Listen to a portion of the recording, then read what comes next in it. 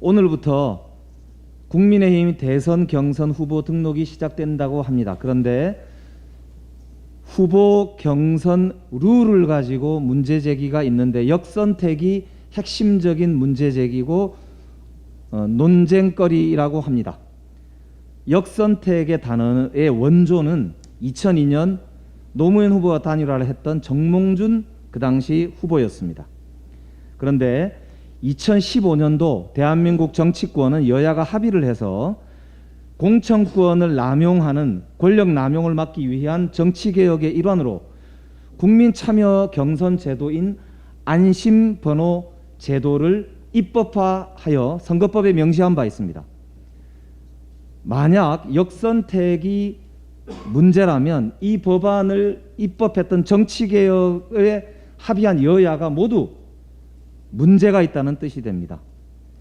윤석열 후보와 최재형 후보 중심으로 제기되고 있는 역선택 논란은 정치개혁에는 관심이 없고 오직 자신의 유불리만 생각하면서 정치 제도를 후퇴시키려고 하는 그런 독재적, 독주적 발상을 하고 있다라는 비판을 면하기 어렵다고 봅니다.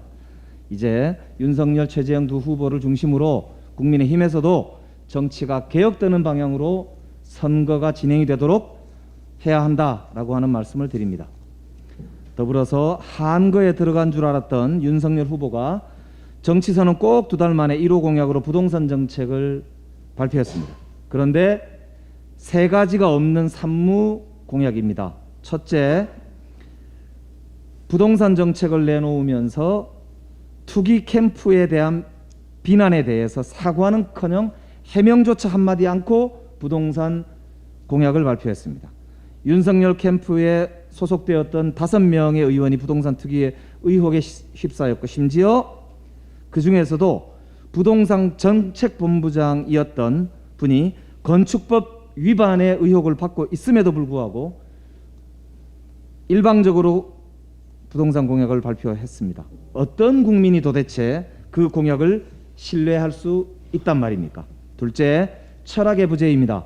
윤석열 후보는 검사 시절에 밀턴 프리드만에게 감명을 받았다고 하면서 본인 정치 사상의 뿌리를 밝혔습니다.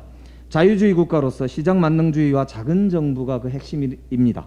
근데 어저께 발표한 정책은 그와 정반대로 큰 정부에서 발표할 정책을 담고 있습니다. 국가가 청년 주택난을 책임지고 해결하겠다는 공약입니다. 밀턴 프리드만 책 한 권을 읽고 내가 경제를 좀 안다고 의수되더니 큰 정부의 세금으로 표를 얻겠다고 달려들었습니다. 보수 야당이 그토록 비난에 맞지 않던 바로 그 포퓰리즘 정책인 것입니다. 은행이 일맥상통하는 모습을 보이길 바라는 것이 과욕일지도 모르겠습니다. 국정 철학에 대한 기대도 안 했지만은 이 정도로 철학이 빈곤한 줄 몰랐습니다. 셋째, 질문과 답변이 없는 불통 기자회견입니다. 기자들의 질문에 답변 드리기 곤란하다.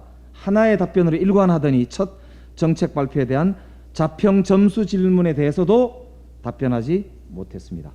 정해진 대본 이외에 어떤 답변도 불가능한 윤석열 후보, 토론이 불가능한 윤석열 후보, 시중에 남자 박근혜다 라고 하는 말이 괜히 나온 것이 아닌 것이 다시 확인된 것입니다. 하지만 국민도 이 정도 수준의 후보를 대통령으로 시켜드리기는 곤란하시지 않을까라고 생각이 됩니다. 그런데 그 내용도 부실하기 짝이 없습니다. 국민 주거 수준 향상이라는 제목과 달리 청년 신혼부부에 한정된 내용입니다. 전략적으로 40대에 집중해서 표를 얻으려고 하는 것 이외에 도대체 정책 내용이 무엇입니까? 심지어는 이 정책도 표절입니다. 청년 신혼부부 첫집 주택 5년 내 20만 호 공급 어디서 많이 봤다 했습니다. 14년 전 2007년 7월 12일 이명박 한나라당 대선 예비후보의 공약 신혼부부 주택 1년에 12만 호 공급 판박입니다. MB정부가 가장 쿨하다고 윤석열 후보가 말을 하더니 공약마저 쿨하게 뺏겨오지 않았나 생각됩니다. 윤석열 후보 지금 사주 보러 다니면서 어설픈 표절 공약 내놓을 때가 아닙니다. 국민은 투기로 룩진 캠프 수장의 사과 그리고 대선 후보자와 그 가족의 부동산 투기 검증을 요구하고 있습니다. 장모와 처의 가족이 사실상의 가족회사를 통해 저지른 불법이 없는지 그 과정에서 윤석열 후보가 검사 시절에 영향력을 행사하지 않았는지 철저히 따지고 검증되어야 할 시간입니다. 오늘 만약에 대선 후보자로 경선 등록을 하시게 되면 이제 국민들이 지켜보고 있다는 사실을 똑똑히 기억하시기 바랍니다. 이상입니다.